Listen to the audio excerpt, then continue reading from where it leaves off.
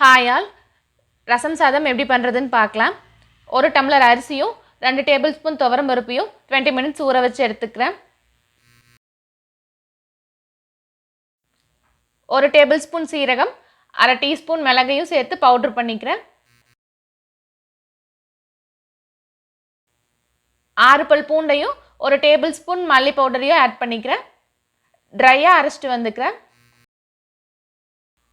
பெரிய தக்காளி ஒன்றை பியூரி பண்ணி எடுத்துக்கிறேன்.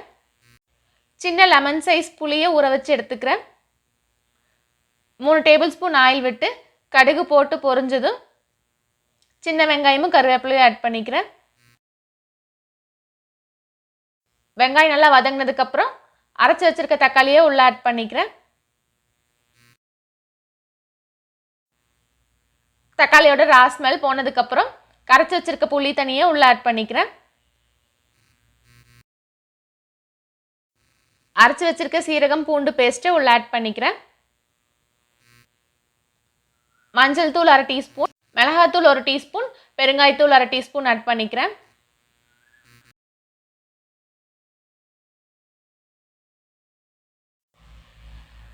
அஞ்சு டம்ளர் தண்ணி ஊற்றணும். புளி கரைக்கிறப்ப 1 டம்ளர் ஊற்றிட்டதால பேலன்ஸ் 4 டம்ளர் தண்ணியை ஊற்றிக்கிறேன். மல்லி இலை ஆட் பண்ணிவிட்டு உப்பு தேவையான அளவுக்கு போட்டுக்கிறேன்.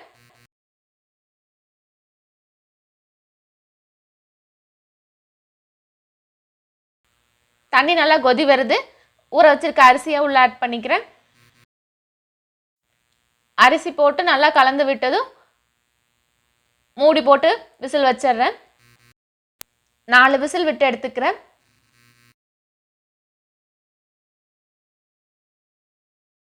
மூடி ஓப்பன் பண்ணிக்கிறேன்.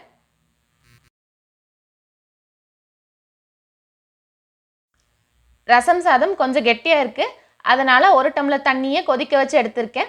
அதை உள்ளே ஊற்றி நல்லா கலந்து விட்டுக்கிறேன்.